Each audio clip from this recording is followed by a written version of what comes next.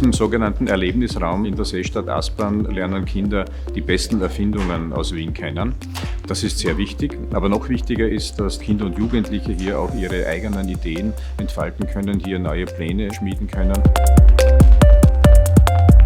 Hier wurde zum Beispiel schon ein Rollstuhl erfunden, der mit Gedanken gesteuert werden kann, oder ein Müsli-Riegel mit einer essbaren Verpackung.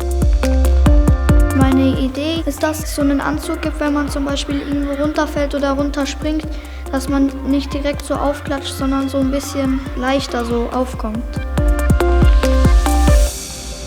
Ich finde, dass die Kinder sehr viel zum selber überlegen und zum selber Nachdenken angeregt werden, was immer gut ist. Und dadurch, dass das sowieso eine Klasse ist, die sehr eigenständig ist und viele eigene Ideen hat, auch die gerne umsetzen möchte, glaube ich, dass das bei den Kindern noch sehr viel nachwirken wird und sie sich auch noch in der Schule mit dem Thema beschäftigen werden.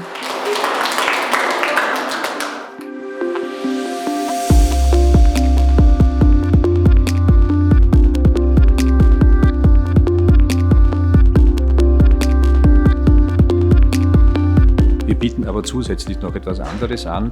Und zwar möchten wir den Kindern und Jugendlichen, den Schülerinnen und Schülern neue Berufe vermitteln, sogenannte Zukunftsberufe, die die Kinder und Jugendlichen möglicherweise oder wahrscheinlich heute noch nicht kennen und die für später dann eine allfällige Berufsperspektive darstellen könnten. Und zu diesem Zweck laden wir zu jedem Workshop eine Person ein aus einer Forschungseinrichtung aus Wien, aus einem Unternehmen aus Wien. Das können Lehrlinge sein, das können Forscherinnen sein, das können TechnikerInnen sein.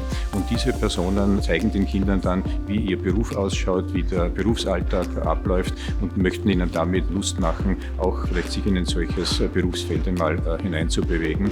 Und wir können heute sagen, beide Seiten sind mit einer riesengroßen Begeisterung dabei.